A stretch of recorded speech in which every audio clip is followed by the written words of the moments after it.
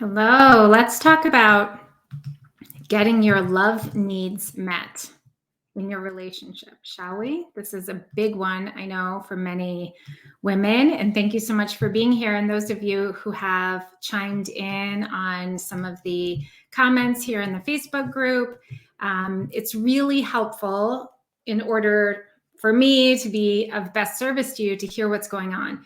So I posted a few days ago the question, what are you still tolerating in your marriage or relationship? And several of you responded. And one of the responses in particular, I think, struck a chord with a lot of women. I received some DMs from women. And so I wanted to address that here. So thank you so much for you, Lacey. You're the one who posted something that really, I think, connected with a lot of women, which is this. Lacey said, feeling like what I say I need to feel loved is considered an expectation and not a need. And she doesn't even know, not sure how to get that need met in her relationship. And so I asked her for more information. And she said, they have different love languages, and her partner will show up periodically meeting her love language in the way that she wants it to be met and then fall off. And so I'd love to know, if you're watching this, if this is you, if you've had that experience before where you've said to your partner, well, my love language is acts of service or physical touch. And then your partner hasn't met you doing that long term, right? Which is super typical. And let's talk about why that happens, what to do instead, because obviously we're in relationship in order to feel love, in order to feel connection.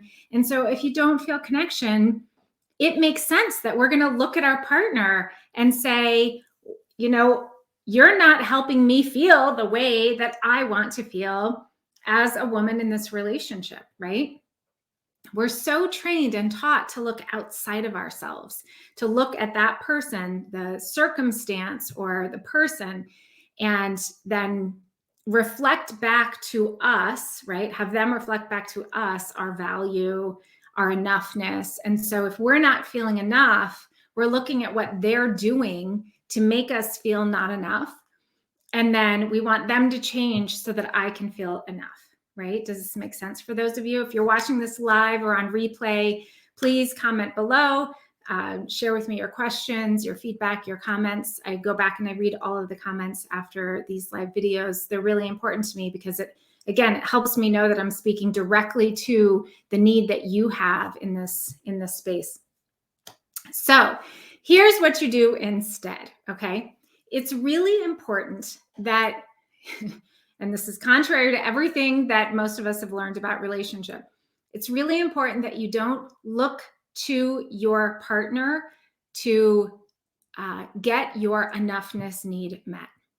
Because if you show up and you don't feel like you're enough, then you're looking at the other person to give you the reflection of your enoughness. I'm going to say that in a couple of different ways because it's really important and I want you to get it. If I am in a state of scarcity and I don't feel loved, or I don't feel important, or I don't feel valued, then that's the vibration that I'm showing up with, right? Every emotional state, and I talk about emotional states a lot because they're really important when it comes to life, but also when it comes to relationship. If I show up in an emotional state of scarcity, right, that has a particular vibration, and that vibration has thoughts associated with it.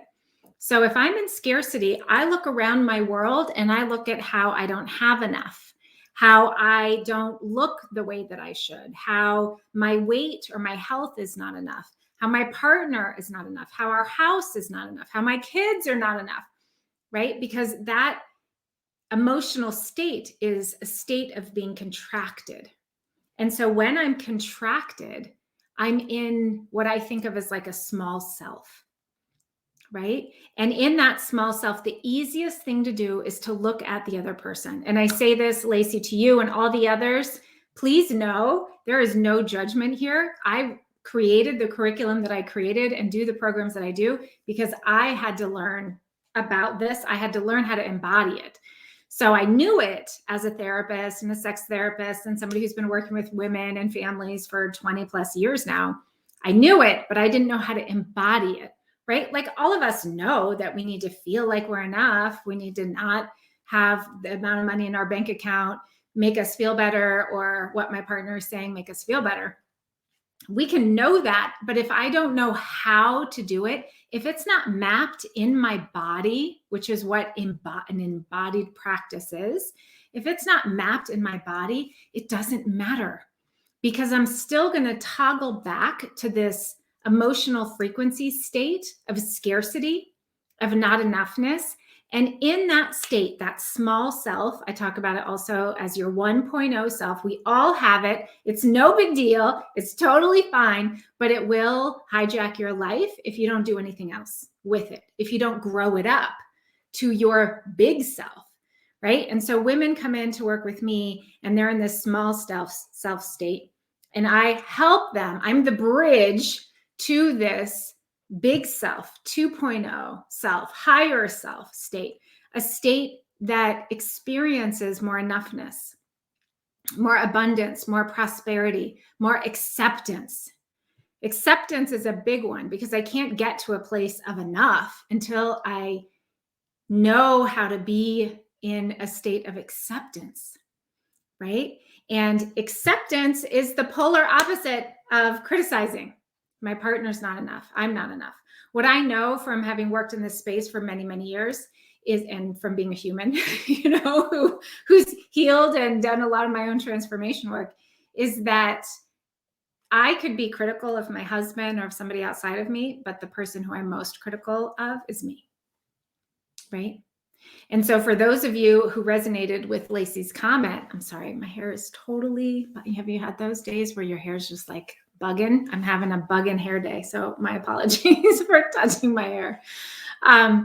So for those of you who resonated with what Lacey shared, I really suggest that you pay attention to how often you toggle back into that not enough state, because that practice of toggling back into that place and that emotional frequency state, scarcity, comes with thoughts of criticism. And then those thoughts pick up other thoughts along the way. And it's like an avalanche of not enoughness in all kinds of realms. And then we bump into things like anxiety, worry, depression, fear, blame, shame. Why did I marry this person? I should have never done it. My mother was right when she said I shouldn't marry this person, whatever the stories are. So I hope that this is resonating with you. I hope that this is making sense. How it is that you shift this is, it is literally a daily practice. It is an every single day showing up anew and practicing living in a different emotional frequency, which means you have to have different beliefs. Because if my foundational belief, and many of us have this, where our foundational belief, our starting point is I'm not enough, I'm not lovable, I'm not safe, right? And if that's where I'm starting, and then I'm looking to my job, my kids, my partner, my physique, my home, my car, whatever, to tell me that I am enough, that to help me feel secure, ultimately, I'm going to be screwed, right? So that practice, that bridge to something new, is a process, because many of us have been doing it the old way for decades, our whole lives, right? And the world outside of us doesn't help us out very much, because it's also mirroring scarcity. You're not safe. Be scared. Be very afraid, which keeps us in the small self. I'm here in this space, committed to holding space and for guiding women into experiencing their enoughness, into experiencing their big self, their 2.0 self, into embodying the highest potentialities for them. The only way you can do that is getting out of the small self state. And when we're in the small self, what happens often is we're in the small self, and then we go to a retreat or we listen to a talk like maybe this one, and we get really excited. We're like, yeah, that's awesome. That's what I'm going to do. And so we get really excited about the thing for like a day or two. And then what has the most powerful programming is the small self. So then we shrink right back down to that 1.0. And then we do that most of our lives. So we have like a really good coach or a therapist or a retreat, or we go away for a week or whatever happens, and we touch into big self. But then that old muscle memory clamps us back down. What I do and why I work with women for over 2 months is because I want to help you get into this 2.0 big self state and practice what it's like to live in that state every single day, no matter what's coming at you.